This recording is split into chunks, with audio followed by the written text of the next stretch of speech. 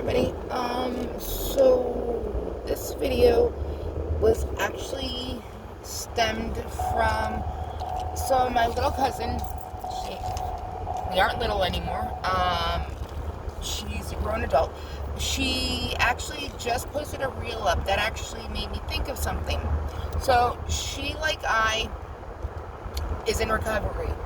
She openly talks about it on her page and everything like that. Still won't say her name, but whatnot.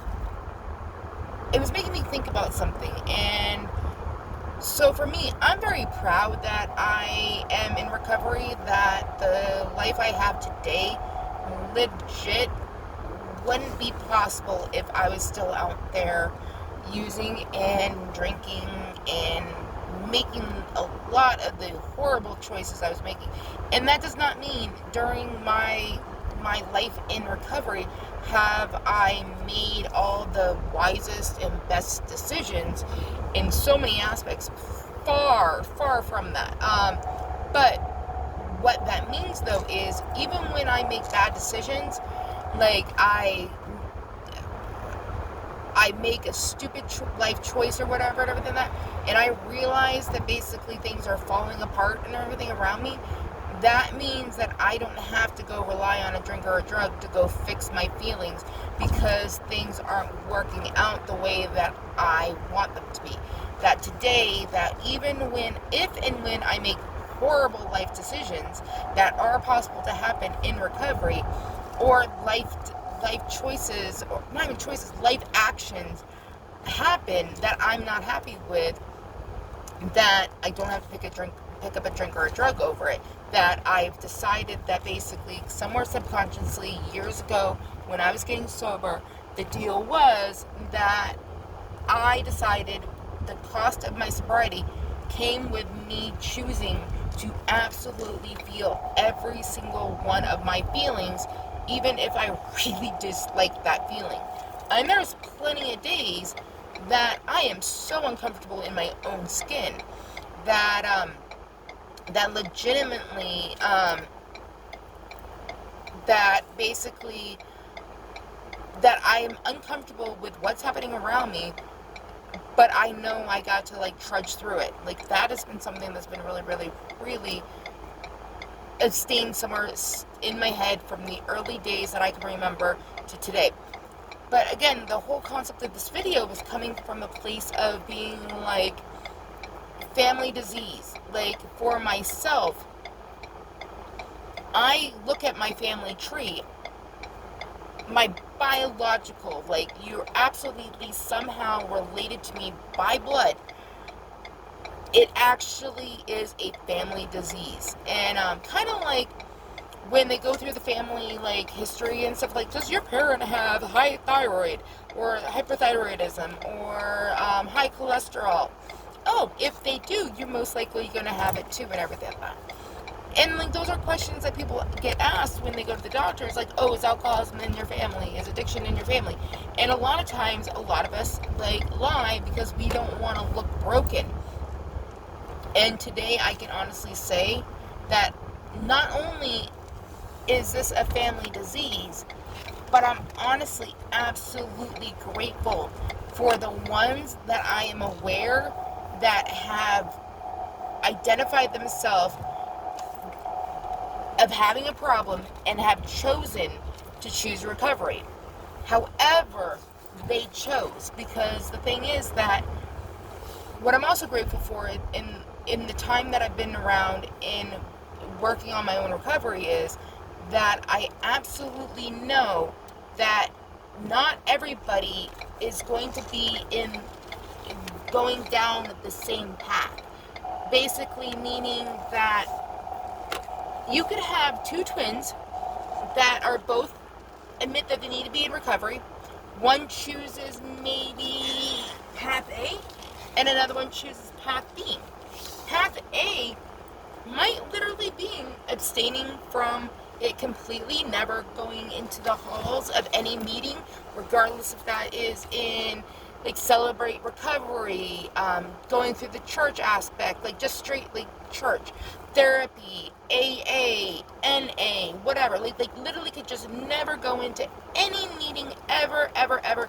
And like they just are like, I have a problem, I'm done, and they might or might not live a happy life. Like, but they do not ever drink again.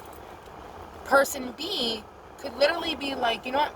I'm going to try this path or this path or this path, but I'm going to give it a try. I'm going to see what I can do to fix myself while I do not drink. And like over the time, they work on themselves, and like they might or might not be working on themselves and can still live an unhappy life or an absolutely happy life.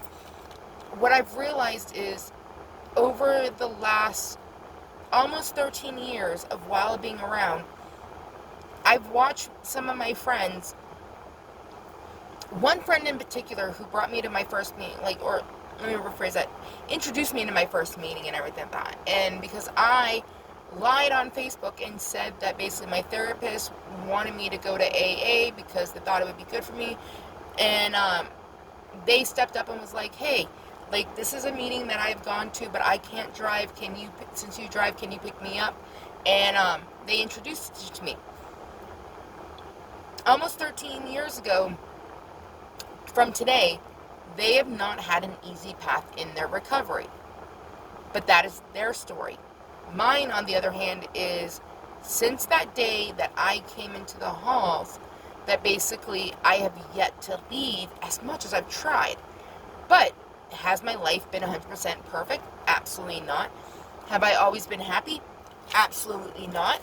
Or is my life a lot better than it used to be? Absolutely. Is there more room to grow? Absolutely. Could I have done this on a different path? Absolutely. Could I have done this in a different program? Absolutely. But here's the thing, all those absolutely's of what I could have done do not guarantee me where I would be today. All that those guarantee me is that I had other opportunities, I had other availabilities of ways to possibly not drink anymore.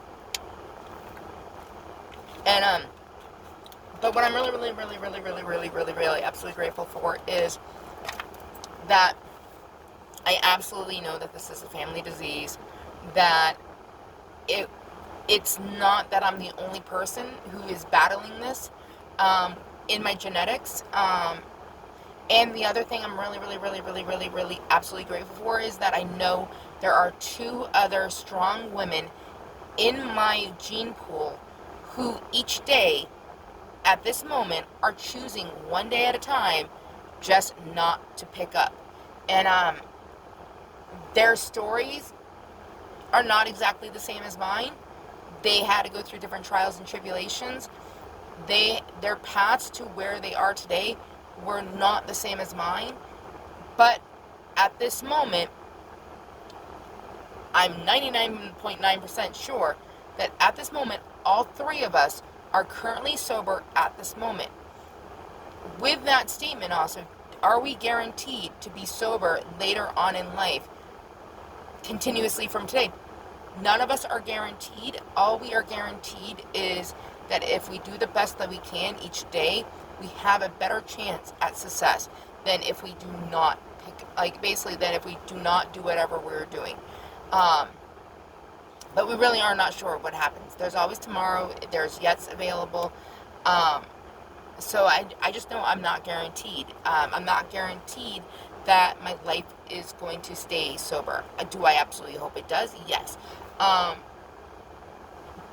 But that's something that is down the road, because right now I'm right here, right now, and that is something I really suck at, is remembering where my feet are today instead of projecting to where I am in 5 minutes, 3 hours, 3 years.